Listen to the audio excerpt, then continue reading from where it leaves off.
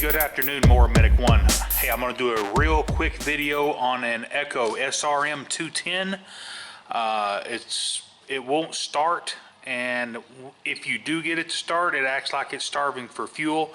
I'm going to hit the primer bulb, and I want you to look at the fuel line right here.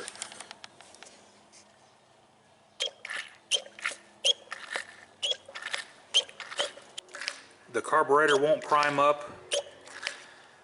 And so what we're going to do, we're going to take the fuel line out and take the filter off, and we're going to put some pressure from my thumb pump on the actual pickup tube down in the gas tank. So let's go ahead and replace or remove the fuel sock, the fuel filter, fuel sock, whatever you want to call it.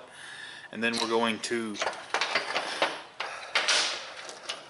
pressurize this line, and we're going to see if it's holding.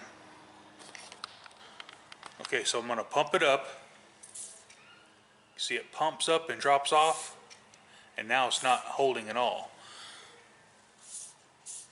Look right here, where the fuel line comes up through the grommet and attaches to the intake on the carburetor. Hopefully you can see that on camera, where the fuel sprayed out of the fuel line.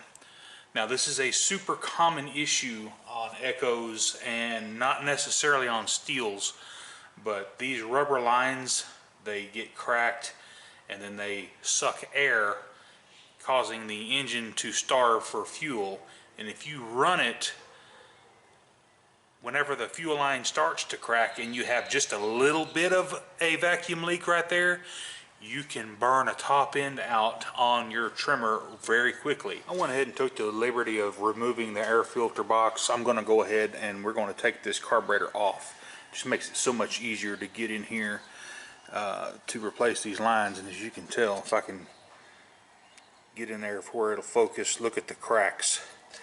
And what stinks is I just replaced this fuel line assembly not long ago, last year, maybe year before last. So I guess it's about 2 years since I replaced these fuel lines.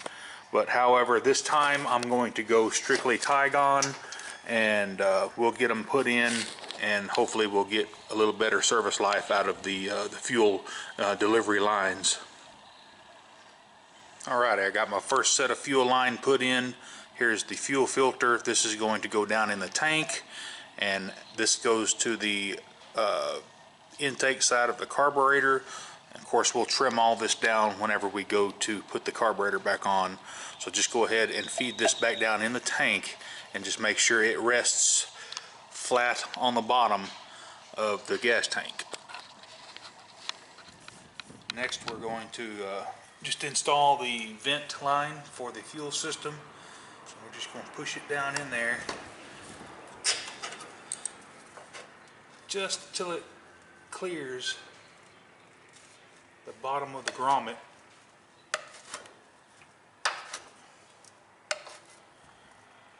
And that should be plenty. We'll find its home right here in the little pocket that they made for the vent. So the next order of business, we're going to install the discharge line. Just going to poke it down in the grommet just enough to where it clears past down in the tank.